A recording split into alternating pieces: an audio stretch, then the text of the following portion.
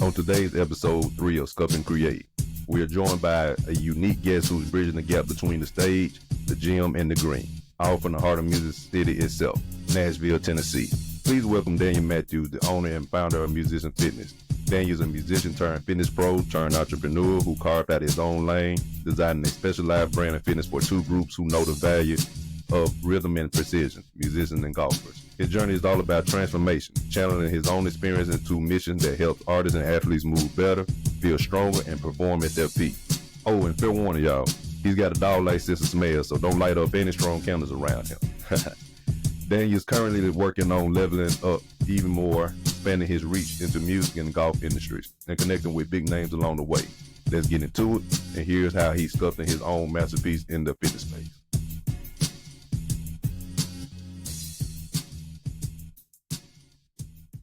All right, welcome to Sculpt N Create, where fitness fuels creativity, and I'm your host, Trea Da Fit Artist. The guest we have here today is Daniel Matthews of Musician Fitness. Let us welcome him to the show. What's up, Daniel? Welcome, man. Hey, thank you, brother. All right. Appreciate it. I'm glad you can make it, man. So before we get started, let us know like how we can find you and so forth. Yeah. So, of course, my website is www.musicianfitness.net. Of course, I'm on Instagram at musician_fitness_specialist. And I'm on Facebook as Musician Fitness, as well as Daniel Matthews, my name. And I'm also on LinkedIn as the same. Cool. All right. So as we get into it, man, let's kind of go back a little bit. Like, tell us a little bit about yourself, you know, where you from, what you do and so forth. And even like your origin story. You in the same field as me. Everybody got their origin story. Kind of tell us how Daniel or how Musician Fitness came to be as well, and going back in your story. Yeah. All right. Awesome. I appreciate that. So, I was born in Denver, Colorado. I was fortunately moved to Alabama when I was young. Yeah, don't judge me there. But you know, it's one of those things that the journey kind of started there, and then I moved down to Alabama, and I lived there long enough that I moved now to the Nashville area. I still have friends and family in Alabama, but you know, Nashville is my home. As far as to my background, really, it starts off with music first. I love music. I started with music when I was a kid. I loved it. You know, I got exposed to lots of different stuff because I had older brothers and my mom. I'm not to one fixed genre. I listened to a little bit of everything. Of course, I really got big into classic rock and stuff like that later on. But no, my roots, they go way back. My mom used to bring me to parties where her and her friends would get together. She did a little singing, guitar playing herself. They would try to pacify me, if you will. So they handed me a harmonica one day. I was 8 years old, and that's just kind of where it started. So got into that. And it was a funny thing because at this time, you know, we moved down to Alabama. My mom would actually take me up to Nashville, and we'd go down the Broadway Strip, and I was a little boy, and we'd walk into random bars, and we'd come in and talk to the artist that was performing, and then I'd go on stage with them. You know what I mean? Not even knowing these guys. Right. So I loved it. I loved performing. I loved doing it. I loved learning. It was always amazing to learn from the people. At 14, I picked up guitar. Loved it, stayed with it, took lessons for a couple years, but I was a kid. I wasn't disciplined. I didn't really follow everything I was supposed to. So I stopped after 2 years. I stopped taking lessons, but I always continued it because I loved the music. I always loved creating my own stuff. I wanted to be a full-time musician, but in my early 20s, I ended up having a kid instead. So I did the family route. I gave up on that juvenile dream, if you will, and decided to become a family man. So I got married to a woman that already had 2 kids. So at this point, I went from just a solo guy to married with 3 kids. So that was a bit of a shock, especially at 23 years old. Yeah. And music was still there. I kept playing my guitar. I kept playing my harmonica. I kept doing different things, writing different things. I worked, provided. It was about my mid-20s, though. I really felt like there was something kind of missing in my life. I wasn't really feeling fulfilled. You know, I provided. We had a nice house, and the kids were great. My wife and I were great, but just something was missing. And I wasn't really raised in a religious background, but it was kind of convenient that I was working out. And one of the things I didn't say is that, you know, I'd been in fitness since I was a kid, so I started weightlifting as a teenager and stuff too. So they just kind of coincided. Same here. Yeah. I was about 25. I was in the middle of a bicep curl, and I had a moment where I stopped and I said, you know, I've tried to figure out what I want to do with my life. I could never come up with the answer, and I knew that there was something missing in that. So I humbled myself, and kind of corny sometimes when I say it, but it's just the absolute truth. I asked the Lord. I said, you know, I've never asked you what I should be doing with my life, what I should be doing with my time. And the answer hit me like a ton of bricks. I was kind of frozen in place, shivers down my spine, and I kind of heard a voice that wasn't my own tell me, personal trainer. Now, what's funny about this is I kind of laugh at the time because, again, I want to be a musician, which is kind of juvenile, right? You want to be that rock star life, right? And I left that. Right. And then I asked the Lord what he wants me to do, and I hear personal trainer. And at this point, I was 25 or 26, and I'm like, man, come on, go back to school, do all this, become a personal trainer. I even consulted with my first wife. By the way, I call it my practice marriage. You can write that one down. I talked to her. She's like, look, we got 3 kids. You work 3 jobs. I'm in school, not working. Going back to school is not going to be feasible. So I kind of went back to my 9 to 5. I still had the feeling, and it was about 3 months later, I was working out again. I asked the Lord, I said, I've really tried to figure this out. What do you want me to be doing? This time was a little different. The voice was there again, but it said, I already told you. And it was more of a feeling too. Man, I remember that feeling to this day. Every time I talk about it, I still get those chills. So at that point, I felt like if I didn't listen, I was being disobedient. So I just said, screw it, let's go. So I started researching and looking into it. And I started looking at different programs and different ways that I could go back to college and convert my college into, some type of degree for exercise science or kinesiology. And then I started learning about, exercise itself. And I got in touch with people from NASM, National Academy of Sports Medicine, who I'm licensed and certified through as a master trainer now. And one thing just kind of led to the other, man. And it was kind of funny because when I started going back to school and I was learning through NASM, again, I was holding down 3 jobs. And there's like bits of my life where honestly, I didn't sleep that much. So I don't really remember almost probably 9 months of my life, All right. I got you. But so that's what got me into my fitness journey. From there, I did some internships. Okay. And the first job I got as in a gym was actually with a functional training specialist, and he studied under the Mike Boyle Strength and Conditioning Program, which he's out of Boston, Massachusetts. He actually works close in hand with Boston Bruins and a bunch of hockey guys. And his style of training was working with athletes, but then also former athletes. Some of these older guys. And the whole concept to functional fitness is, if you were to look at like on a grid, like, okay, here's corrective exercise and here's CrossFit. Functional kind of in the center of that, really. Okay. I started learning. I started studying that much more. I loved it. But it was kind of funny because he came to me one day and he's like, man, I think you're capable more than you realize. So I'm gonna give you a gift and it's not gonna seem like it. And I was like, okay, what are you talking about? He's like, well, I'm letting you go. I was like, how's that a gift? I've never been fired my whole life. But I'm glad he did because I was saying, especially saying it's a gift. Yeah. Yeah, it's a gift. Yeah, I'm firing you. Congratulations.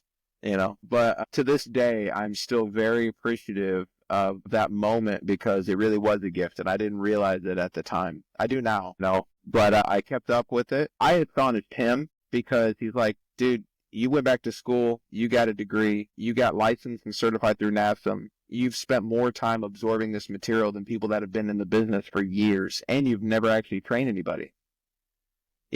So I took that for what it was, and I built my resume up. I started working with folks that I just here and there talking to folks. Eventually, I became a director of a monster 60,000 square foot club that was freshly built in Alabama. Was there for a while. I kind of just felt the need that I really wanted to get away from Alabama and do something different. So on a whim and a leap of faith, me and my fiance, now wife at the time, we came up to Tennessee. We saw the area. I looked at her. She looked at me. I said, man, would you ever consider leaving Alabama and moving up here? She said, yeah. So I said, okay, me too. So we made it work. We moved up here. And this is where the story actually gets really good because I moved up here and I didn't even have a job. I knew it was right? I went from one leap of faith to the next, right? I got a call from a place that I applied to before we ever even moved up here. They were like, hey, you put in a job application that says you live in Alabama. No, can you tell me a little bit more? I was like, well, actually, I moved up to the area. She was a little dumbfounded. She's like, wait a minute, you already moved up to the area? I was like, yeah. She goes, did you get another job? I was like, no. She goes, would you like one? I was like, yeah, okay. So I did. I went in, I did the interview process, and it kind of worked there, and I worked there for about 2 years. But at the time, I started working with a lot of different musicians, and I started networking and getting to know a lot more people in the industry. And again, I continued with my music and my writing and my guitar playing and everything. And I was having a little bit of an existential crisis on whether or not I wanted to leave fitness and go into music full time. But I really found out that the music scene can be quite volatile if you don't have those connections and you're not already in the area. And it's kind of gruesome for a lot of working musicians. We'll talk about that a little bit later on. So I decided instead, why leave something I love for something else I love? Why not combine my two passions together? And so I did. I created a business called Musician Fitness, and I was building an online brand. The club found out about it, and they were like, hey, man, you can't have an outside brand. So you'd have to dismantle whatever business you have and move on, and stay with us and sign a new non-compete, or you're going to have to move on. And so I said, the Lord guided me here. The Lord guided me into fitness. It's guided me here. It's guided me into this mission that I'm on. And so, you know what? I feel like this is where I need to be. So I put in my 2 weeks notice, and on leap of faith, I left and went in business for myself. And I'm celebrating over a year being in business for myself now. So it's been pretty great. Definitely, man. And that's a testament to like stepping out there on faith and, and getting out your comfort zone. So, and that happened twice when you look at it. So with your former boss saying, I'm going to let you go, this is a gift. And then with the other job telling you that you can't start your own brand. Yeah. Tell me, like, with those 2 times happening, were you scared or were you, or were you excited, nervous, or what was going through your head of those 2 times? Honestly, a little bit of all of the above. Like, I was scared because I knew that it's going to require a lot of extra work, right? And it's going to require, especially nowadays, because the fitness scene has changed dramatically, and a lot of it's online now. And me being a married man, a man of faith and having 3 kids, one of the biggest things I was really kind of reluctant about was like, okay, if I'm going into the online space, how do I get people to understand the value of what I'm trying to accomplish? And because I'm not a 18 or 20-year-old girl just doing squats in front of a mirror half naked. No offense to them, by all means, you gotta make money however you can, but that's just not me. Definitely.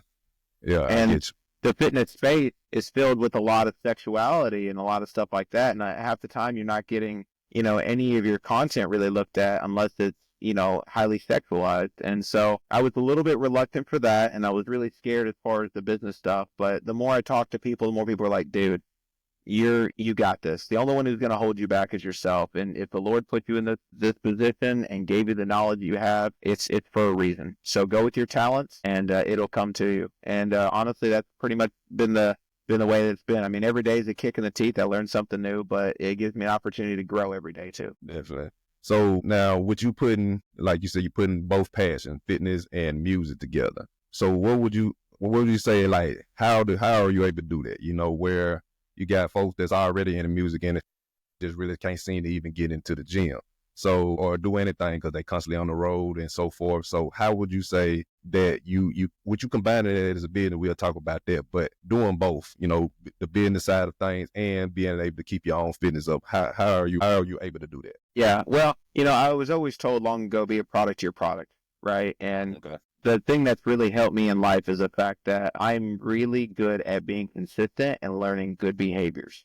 Right. Okay. So that's going to be, simple things like your water, your sleep, your nutrition, and all that should complement your fitness, and your fitness should complement your lifestyle. So to answer your question, what really got me thinking about the musician side is being a musician as long as I have and putting in the work, I really kind of saw the need based on my own body. Like I saw that I was having, a little bit of a shoulder impingement, a little neck stress, stuff with the wrist and stuff. And I'm like, man, and I'm a functional specialist and I specialize with corrective exercise too. So I'm like, well, if I'm having these kind of issues and I don't even do it for 4, 5, 6, 7 hours a day like some folks, nor do I do it, as frequently as like some people would have to do too. I got to thinking to myself because a lot of it is repetition and patterns. And that's like any job nowadays. Honestly, any job nowadays. If you're sitting all day long, if you're standing all day long, a hairstylist, whatever it is, you're going to have patterns to what you do each and every day. And so as a functional specialist, you should be doing in the gym things that are going to make you great at life, but to keep it as simple as possible and for longevity of your life. So from a musician standpoint, I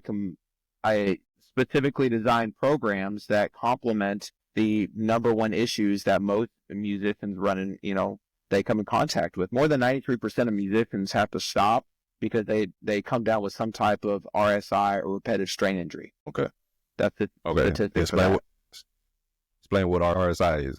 It's a repetitive nature, right? So like, for example, constantly playing guitar, you're always going to have your wrist in a flex position, and you're going to be constantly putting a strain on your thumb for some people, but it puts a lot more stress on your forearm. And so a lot of folks get carpal tunnel and things like that in the wrist. And a lot of it could be avoided. As a matter of fact, more than 95% of the problems that we face, whether it be, type 2 diabetes, most heart disease, everything can be related to how you take care of your body. So the preventative nature as an artist is really no different. You should be doing things to warm up your body before you go on set or in a studio. You should understand that after your performance, you need a way to cool your body down. And then more importantly, in between gigs, in between anything you're doing, you got to understand that you're doing a pattern. So you have to do exercises and things to reverse those patterns if you're wanting to be able to have longevity for your body and continue to do what you love. I agree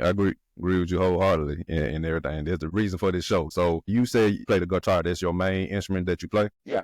Okay. Started on harmonica, play guitar. I love it, man. That's my first love. As a matter of fact, I got a tattoo that combines a guitar, my first love, with a turtle, because turtles represent longevity and long life. It's a long love, long life doing what you love, I got you. Okay. I still get up and practice at least an hour every day. Every morning I get up when the kids get up, I, make sure they have what they need to do, and I go ahead and set myself up, and I do all my practice and all my stuff every morning for about 90 minutes, give or take. Okay. And then, of course, typically, it's discipline, it's consistency, right? You want to get good or better, you got to be consistent. Definitely. So now, do you have any music that you have recorded, anything that we can kind of listen to, for the people who are watching this now or listen to this right now? So back in the day, I used to do a lot more. Okay. I haven't been recording as much. I've been writing songs still. I just haven't been recording it and putting it on social media as much. Gotcha. It's just because the market itself, it's pretty saturated, and I'd rather focus on how I'm going to help musicians. I gotcha. But no, it's amazing. It's amazing because there's a lot of amazing talent out there nowadays too. Yeah, definitely. And the thing I see, with me getting out there for is me making my own music, I got quite a few songs written up, and I trying to do a business on one side and then do a whole nother thing when you're making music. Those are two big dedications. And so it just trying to find that balance and so forth. So is paramount in this. I definitely get what you're saying on that. So the people that you help for as musicians, is it just guitarists or is it drummers? Who all do you help in musician fit? Yeah, good question. So going to the basics, I broke down every single type of instrument there is, and I went in and did over 2,000 hours of just researching. This person plays this way, right? And this person plays this instrument. Okay, what would be a pattern for their body, right? So example of not just a guitarist, whereas a guitarist, it's kind of two different ways, because you could be a seated guitarist or you could be a standing guitarist. That's going to change a little bit about what those patterns look like. I got you. But I don't discriminate from there. So I went in and looked at drummers, vocalists, pianists, keyboards. Believe it or not, a lot of it is actually pretty much very similar depending on what it is. So like a keyboardist that sits down, they're going to have a lot of issues similar to like a guitarist that sits down. Guitarist is going to have a lot of issues similar to like a standing bass player. Vocalist, depending on what they do, most vocalists don't realize from a standpoint of cardiovascular and cardiorespiratory abilities, it's important if you're a vocalist or a singer that you need to be training your body for those notes, if you will, Definitely. So that means doing different varieties of cardio and stuff like that, and understanding heart rate zones and how it all influences your ability, being able to get oxygen, which is the cardiorespiratory ability, and the cardiovascular ability is getting that oxygen to your muscles, to your lungs, to everything. Yeah, right. But again, I've worked with a lot of drummers. Okay. They have lots of issues with their ankles for range of motion. And again, this is a compound effect, because if they're having issues with range of motion in their ankles, then when they walk, they're going to typically have weakness in their hips and put more stress on their knees. Yeah. So a lot of drummers tend to have a lot of issues with their knees. Going into it, I've worked with violinists. They have a lot of neck problems because they have a forward side bend to their neck, and that's just really unnatural. Flute players, they have their own kind of situation when they're actually playing, because they are externally rotating one shoulder and they're internally rotating another. So they're at this weird thing, and most of them, they twist their body to play. Okay. You know what I mean? And so that causes its own problems. It causes a lot more stress on your back, actually, and the lats on typically your left side if you're right-handed, and vice versa. So I've got to work with a wide range of musicians from different positions, and I love the fact that I took the time to go in and figure out what every single person's individual needs would be, and just kind of go from there. Okay. The biggest thing is like whenever I find somebody who's really talented with multiple instruments, then it's just trying to identify, okay, so do you have pain, or what's your issue? And then, of course, they typically they're like a bigger puzzle to solve, if you will, because if they spend just as much time, on a guitar as they do playing keyboards or, playing drums too, then that's going to be a little different. Overall, it's pretty much the same for a lot of them. Okay, I got you. So, is it like anyone in particular like you work with, or is this is it a certain musician that comes to you the most? Yeah. So, I've been privileged in the fact that I've got to work with some really amazing musicians. I'm not one to throw a lot of names around, but like, for example, I got to work close hand with Taylor Hicks. He was American Idol season 5 winner. Great guy, by the way. Great guy. He even left me a nice review on Google, which I appreciated. So thank you to Taylor. I've got to work with Glenn Templeton. He's another Glenn Templeton. He's a local guy too. I helped him with some stretch and flexibility stuff in his hips and his shoulder. Mark Anthony Ensemble. He's a friend of mine. So I've been really privileged in the fact that I've got to work with some great artists, but I don't stop there. My job is, my mission is to try and help anybody and everybody, and especially if you're a musician. Like I have a gift that I want to share with you, and I want to help you. I got you. So yeah, let's clarify that. Do you actually just help, even though your name of your business is Musician Fitness, but do you just help musicians, or do you help others as well? So it's a weird thing, because when you think of personal trainer or fitness professional, as I like to say now, right. My wife calls me personal trainer when she wants to piss me off. Yeah.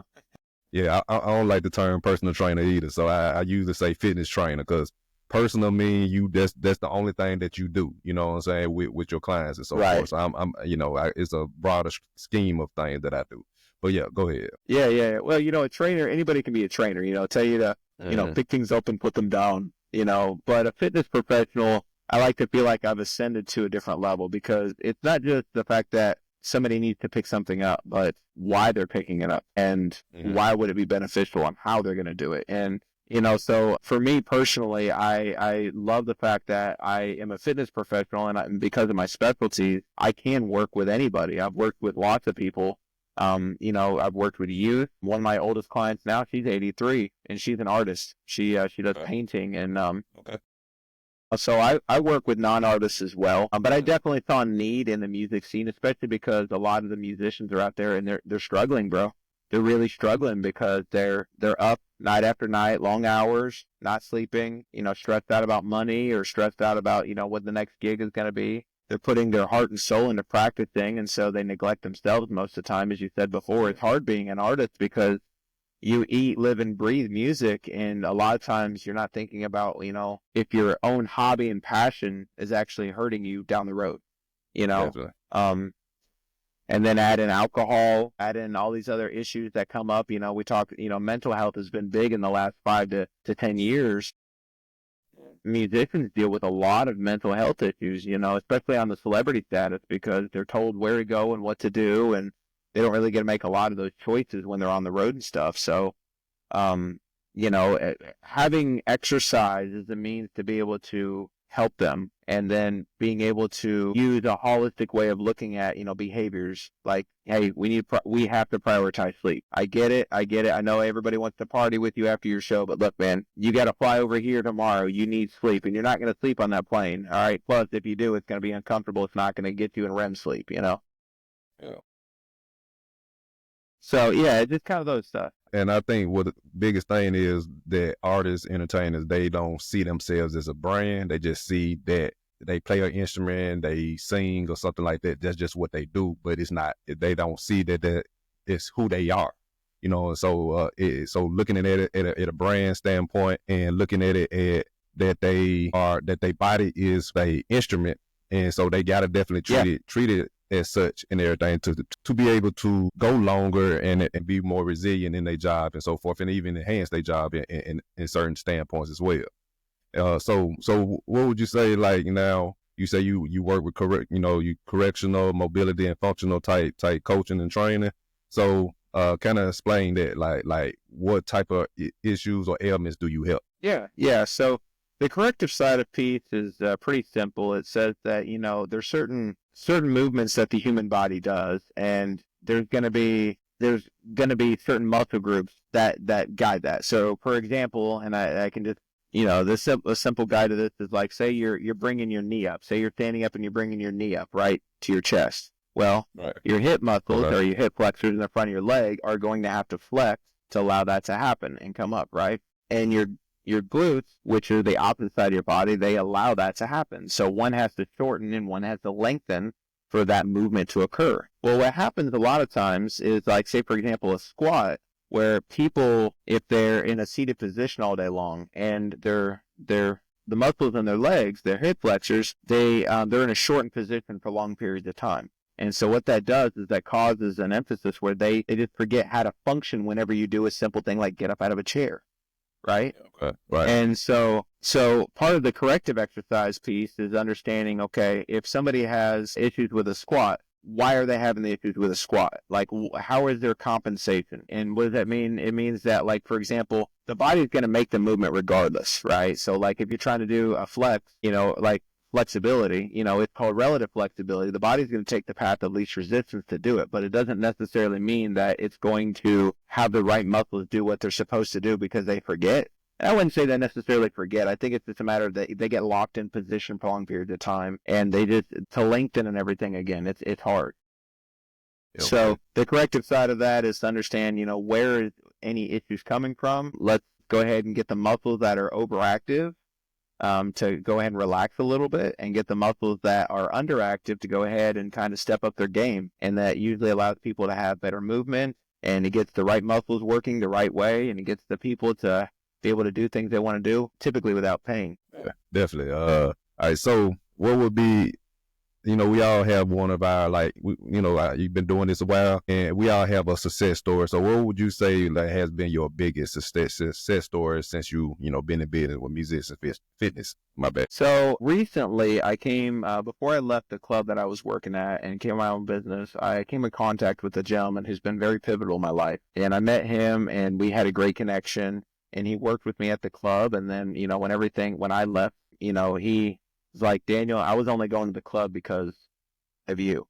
So, his membership, he canceled his membership anyway, and we went and did our own private thing. But it just so happens that right before he left the club, I was out of town. He was working with another trainer, and he already had a pre-existing injury that we worked with, but he was doing an exercise with another trainer, and it exacerbated the situation. And I'm not going to get in, if you want to get in specifics, I'll tell you specifics. He ended up detaching the short head of his bicep. Yes.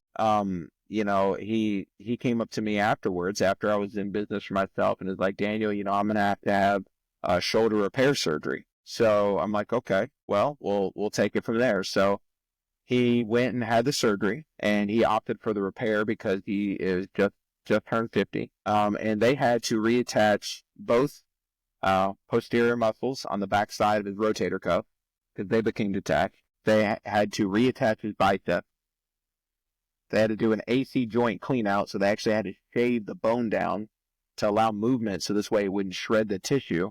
And then he was in a sling for a matter of months. Now, he started back with me, and he was working out with me. We just did legs and core, 3 days a week, in the beginning. And then eventually he was able to take that sling off. So to answer your question, the success here is that he had complete shoulder repair. And when he started, he couldn't even raise his arm above his head. Now, he worked with some PT and stuff like that, but I helped him through a lot of that stuff. And now, not only is he able to lift his arm above his head, but I have videos and posted on my own socials where I've got him being able to stabilize 40 pounds over his head for at least 30, 40 seconds. So his rotator cuff is now working. He's actually having more mobility, and he's a golfer, by the way. It really helped him mentally because at 50 years old, having that kind of major surgery, he thought he was never going to be able to golf again. We worked together. He's really come a long way. And not only is he able to do these things with his arm and his shoulder, and he's gotten stronger, and he's bounced back, he's back on the green. So that would be like a big success story for me, is the fact that I'm able to help somebody who at their weakest point thought they were going to have to give up something they loved. He doesn't have to do that now. So it's pretty remarkable. Definitely, man. I always love to hear those stories as a fellow fitness professional, as you say. We all have those success stories and everything. So I always like to hear everybody's story, and as well as their origin. What would you say for is like you don't put together for the business? Let's talk about the business side a little bit. So what would you say, it's always up and downs in business. I don't care if you're a musician working on your brand, or a fitness coach or fitness trainer or a fitness professional working on their brand. So tell me, like, how has that been, from the start to now? Like, what's that trajectory and from the start to now? Like, what would you say your feelings and companies, like, have you had moments where you kind of doubting yourself? Talk to me about that. Yeah. So when I first launched my business, one of the biggest things that I ran into as an issue is, okay, I'm a fitness professional, but where am I going to conduct business? I had to really decide on how I wanted to implement these programs and how I wanted to help people, because I have to have space and I have to have equipment. Right. Well, the market for houses is crazy, but, the market for commercial property is even worse. So it's not a factor if I could just, create a brick and mortar and then just start working. So the biggest thing for me was, how can I still help people and not have my own space? So I've had to rent space. It just so happened that the good Lord, there was a gentleman that I worked with at the club prior to. He left the corporate life and went independent himself, and it just so happened he was creating a gym that's faith-led, specifically for a private space for personal trainers to be able to come in, work, and be able to take care of their people and not have the obligations that comes with a giant club. And so I was very fortunate that he came into my life, and it's funny because he hired me into the club, and then he left, and then I worked there afterwards, and then next thing you know, we're working together here, but you never know what that connection is going to be like. And so he provided me a home to be able to take care of my people. So that was one issue that I ran into that was a little different to kind of deal with. And now I've expanded to where I actually have 3 total locations that I can service and take care of my people now. So that's gotten better. Okay. The biggest thing to answer your question that I've ran into is that, again, how do people understand the value of what I do? Because everybody's so fixed on, price, but also there's a lot of people that say one thing and they do another, and it's hard to believe a lot of the stuff you see online nowadays, right? So anybody can walk around saying, I'm the best of everything. And then when you really get to know them, you're like, okay. So that's been the biggest hurdle for me, is trying to really get that presence out there so people can understand that what you see is authentic. And not because I say it, but it's because I live, breathe, and will die trying to do my best to take care of others, because that's my mission, and I want people that meet me, if they meet me in person, it's easy for them to feel it. They say they feel my energy. They can understand what I'm trying to do. But in the online space, it's been a little bit more difficult for me. So I did have to, I've done some stuff online. I've worked with clients here and there. The first year was a little bit of a struggle. As a matter of fact, the end of last year, I had lost a lot of my clients. Just there's natural attrition. Some people had, one gentleman, he lost his job and his child went to college. What can you do with that? You know what I mean? Another client of mine who, by the way, all my clients are my friends, and I still keep in contact with each and every one of them. One of them, he got diagnosed with a lung disease, bad lung disease, and if you can't breathe, you're not working out too well. So at the end of the year, I really lost a good bit of revenue and a bit of clients, and I was kind of really struggling because I'm like, man, I'm doing all this work on online stuff and I'm putting all this time and effort and energy, but I'm not getting anybody that actually is like understanding what I'm doing. And so I wasn't getting in new clients. And literally at some point I had more money going out to run a business than I had coming in. Now, again, I'm married. I got a wife and 3 kids. That's my sole responsibility. And so I was really down on myself, like, hey man, like I'm the provider, so I was really putting myself down at the end of the year, just like, man, did I bite off more than I could chew? Did I really get myself into something? But there was at some point, not to go back to faith, but there was at some point I really had to question the fact that, the Lord has put me where I'm at, and I've had one leap of faith after the other. And the biggest thing is that I have to embrace that. I have to embrace that. This is my mission. It took these leap of faith and I'm here. So if the good Lord's going to put me here, He's going to take care of me. So that was the biggest thing, is I needed to start thinking outside the box and think about, okay, so if the online stuff isn't really working for me as much, what do I need to do? Well, to understand value, got to get in front of people. So I've been doing a ton of in-person networking groups, and I've been really getting out there and just meeting more people, getting really involved in the music scene, getting to meet so many more people that are in the music business in general. So not even just people that play an instrument, but people that like right, or audio engineers, stuff like that. Good people, amazing people, but just getting my name out there, meeting those people, and being able for them to understand and see my passion has really been beneficial. Business is going up and it's booming, and things are going pretty well. So, I had that moment where I really questioned some stuff, but my wife told me that, she said, look, you know what you're doing. I prayed about it to the Lord, and then said, you know what, I'm here for a reason. So we're gonna stay strong and get through this. That's where I'm at right now, actually. Yeah, I got you, most definitely. So, like, now, what would you say to the musicians out there, or the artists and entertainers in the whole, to like what they need to be doing or need to think about when it comes in terms of their health, their body is an instrument, and and working on their craft, and also with that being elevating their craft too as well. What would you say that they need to be looking at, or in terms of having that, I don't want to say epiphany, but have that light turn on to say, look, if I'm going to be able to do my job effectively, I need to be focusing on my health. What would you say to the musicians out there, or the artists and entertainers out there? Yeah, so, you kind of just said it right there. The most important instrument is themselves, right? That's key. Like, it starts with number one, the individual that's behind the instrument that's taking the time. Even if you're 25, don't forget, if you're in the business at 25, what does 35, what does 45, what does 55 look like? I've got to work with artists that they told me that they were in the music industry for 33 years, working gig after gig after gig, night after night. And honestly, they were about to give up. And then it just so happened that, right when they were about to give up, they got signed and were able to make a little something, Right. But that's 33 years.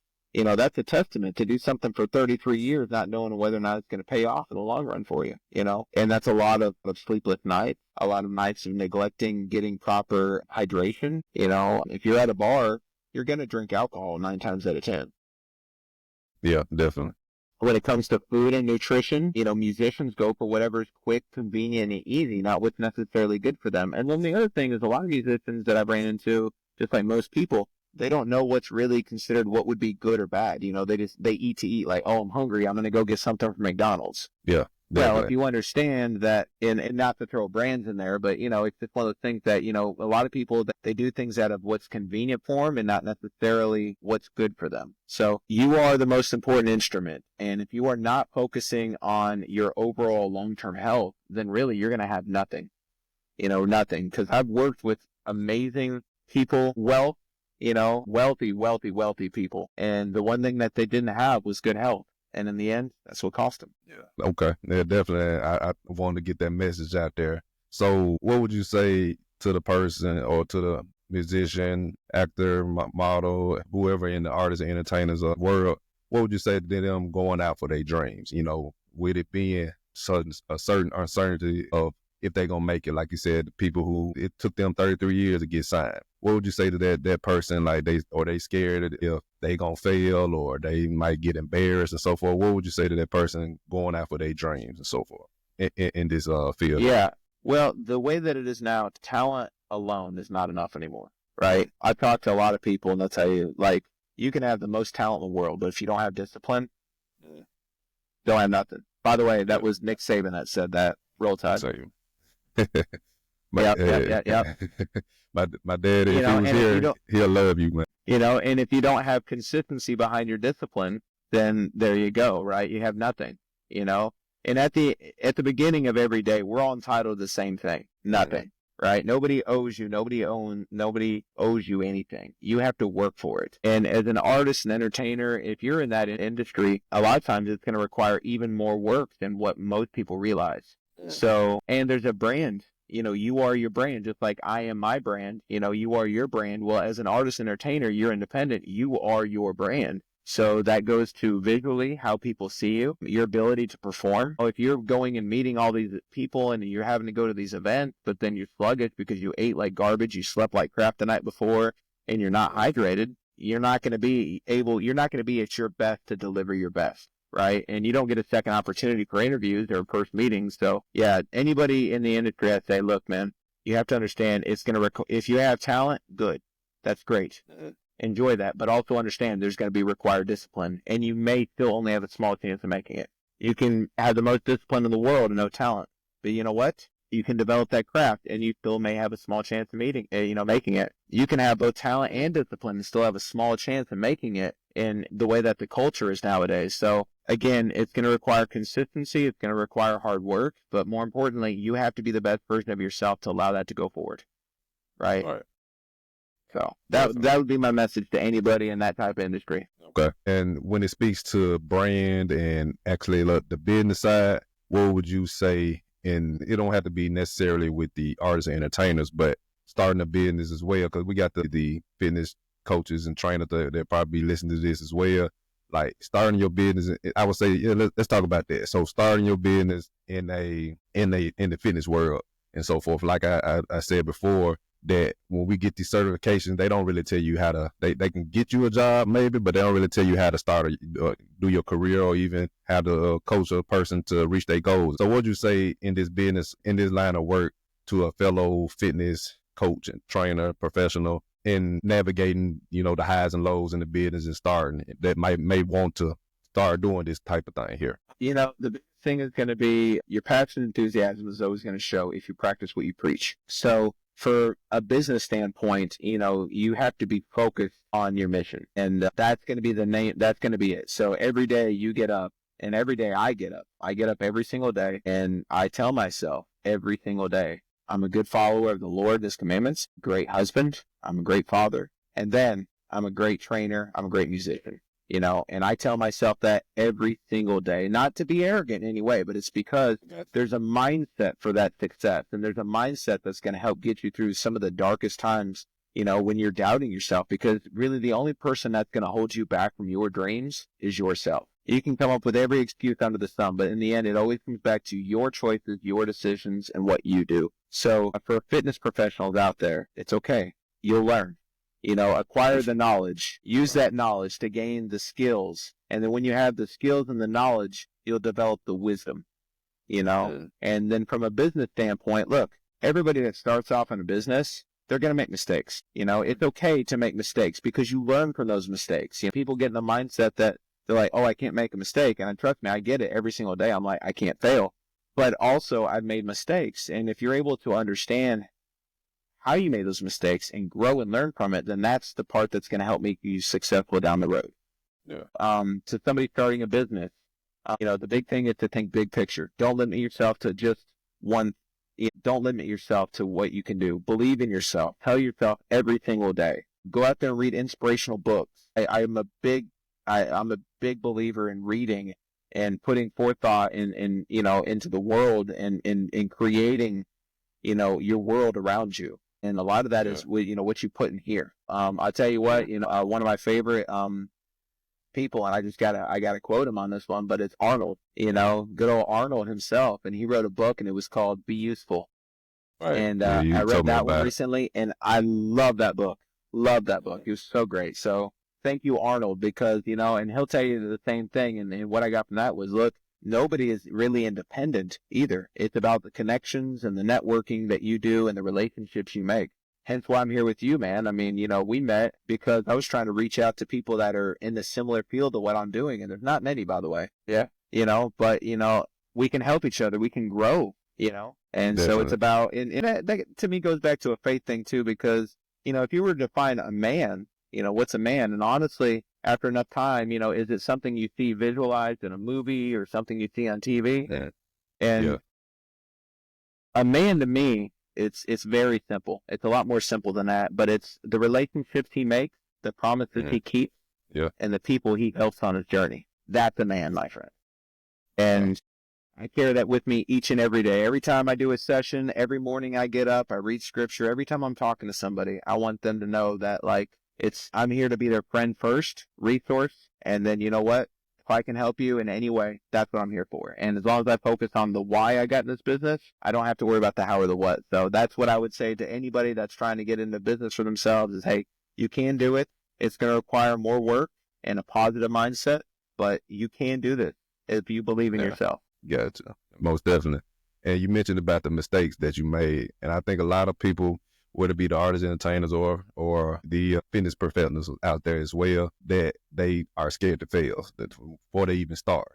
So they think that things got to be perfect.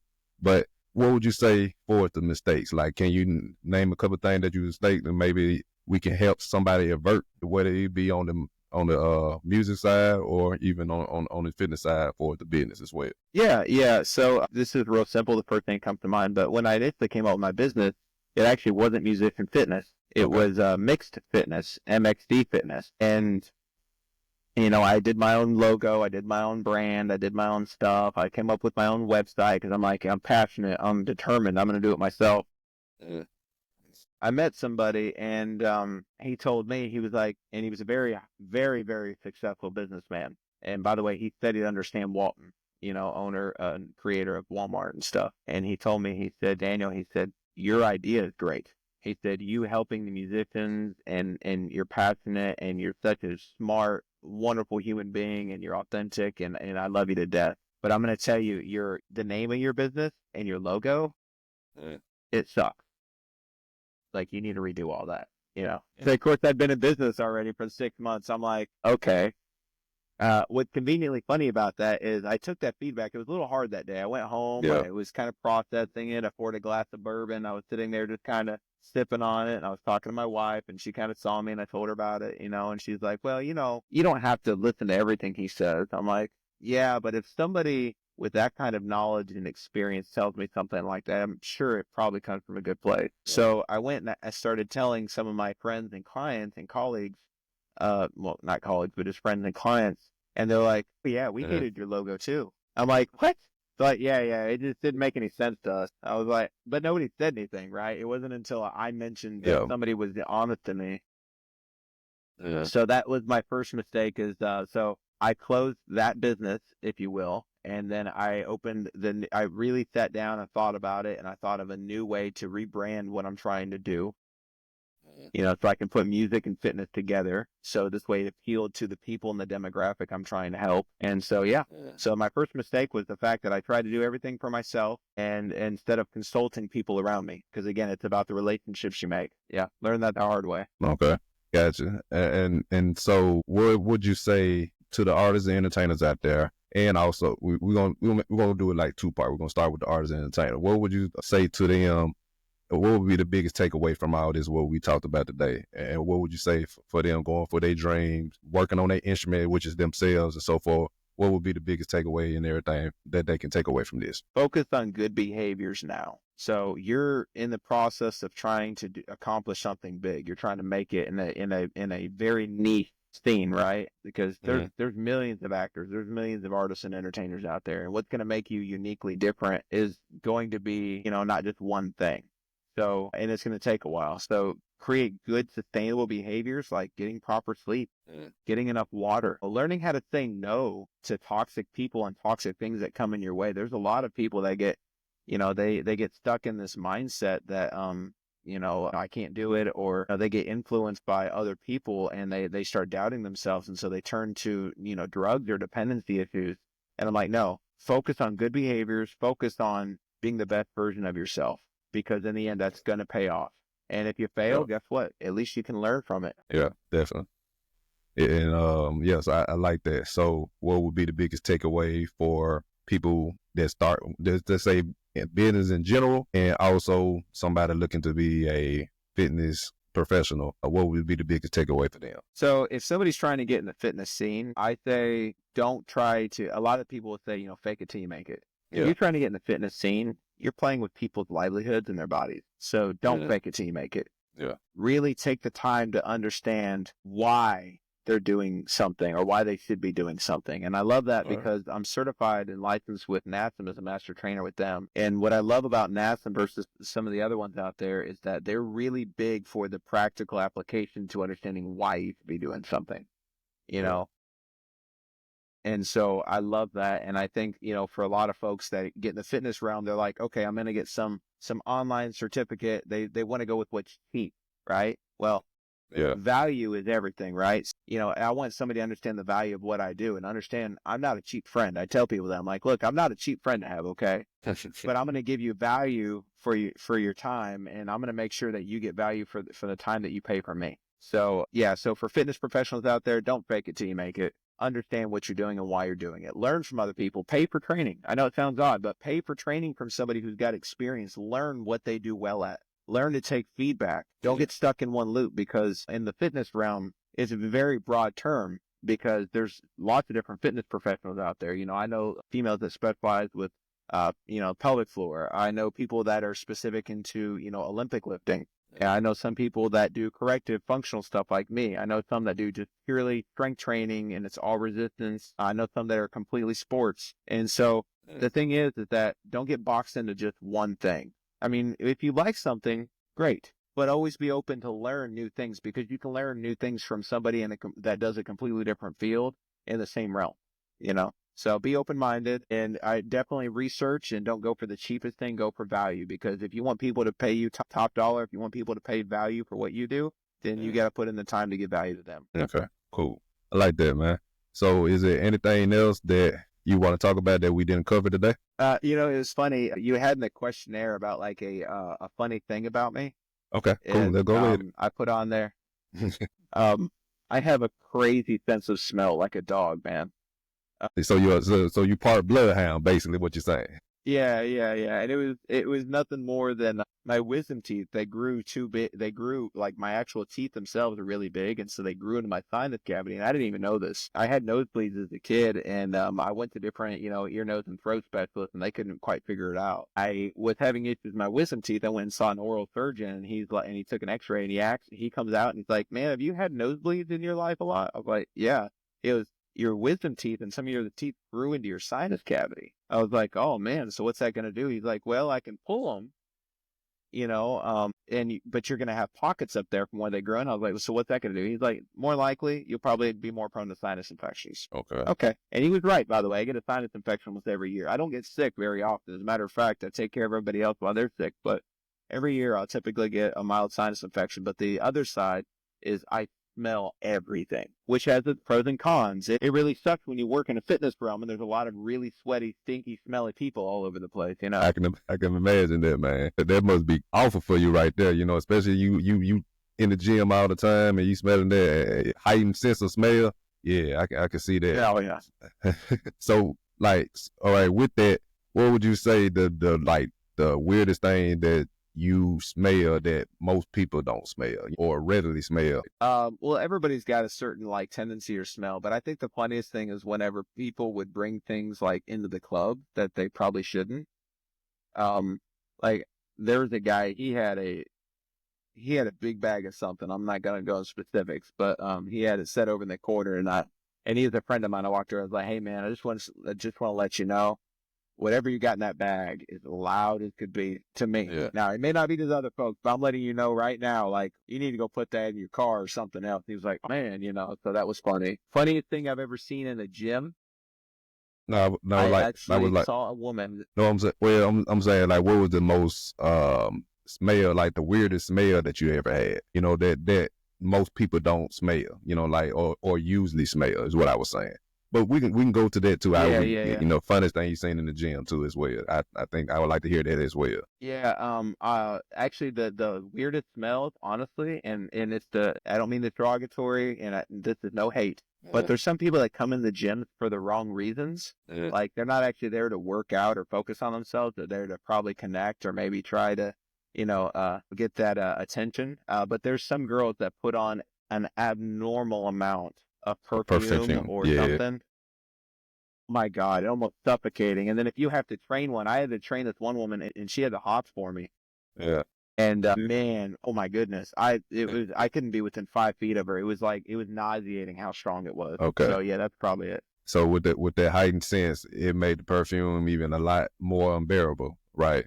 Yeah. Okay. And then I think we can end on that part. What you were saying, what's the most craziest thing you've seen in the gym? I think, and you can't make this up, I was working at a club and I was a director at it, and I looked up, and in this particular club, we had all the cardio equipment. It was actually on the floor above, right? And it was open, almost like a courtyard. So people that were doing cardio up there could actually see down, and that's where all the equipment and everything was. But I came in, I was showing somebody the facility. I was doing a tour, and I looked up, and a woman, I promise you, she was on the Stairmaster working out.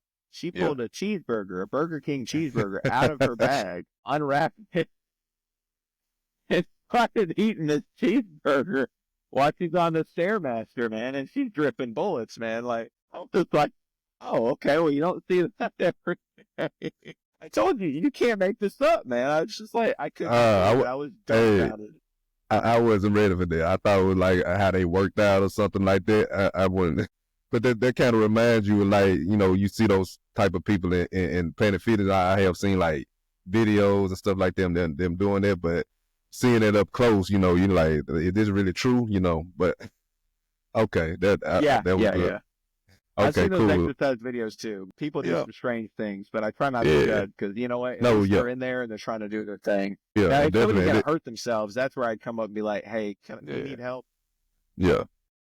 Then certain things, even though they like unconventional or unorthodox and so forth, it still work in a certain way. So it just depends on what it is. It can look funny to you know, everybody with the neck that's not really prone to, you know, how we see things. It can kind of look funny to them, but it really like have a benefit or a purpose, you know, that they don't know about, you know, and everything. But yeah, that was a good one, man. Yeah, that was up, man. Okay, cool, man. So before we end it, man, let everybody know like how to find you again, where to find you and so forth, and they want your services. Absolutely. Or look you up. Absolutely. And again, man, I just want to say from the bottom of my heart, I thank you because you've been just a blessing in my life as well. So I really wanted to do this because I wanted to support you in any way that I can. I appreciate that, man. But to find me, yeah, man. Again, I am Daniel Matthews with Musician Fitness. I'm based in the Nashville area where I do a hybrid model. So I do online, virtual, and of course I do in-person coaching at 3 different spots. You can find me at my website, which is musicianfitness.net. And of course, again, I'm on Instagram at musician_fitness_special. Yeah. I'm on Facebook, LinkedIn for Musician Fitness, as well as my name, Daniel Matthews. That's cool. Simple as that, man. Y'all check my boy out. You know, man, it's been a pleasure having you on, man. And you welcome anytime, man. And I've been your host, Trea Da Fit Artist, and my guy here, Daniel Matthews of Musician Fitness. We signing out. Peace. Take care. Peace.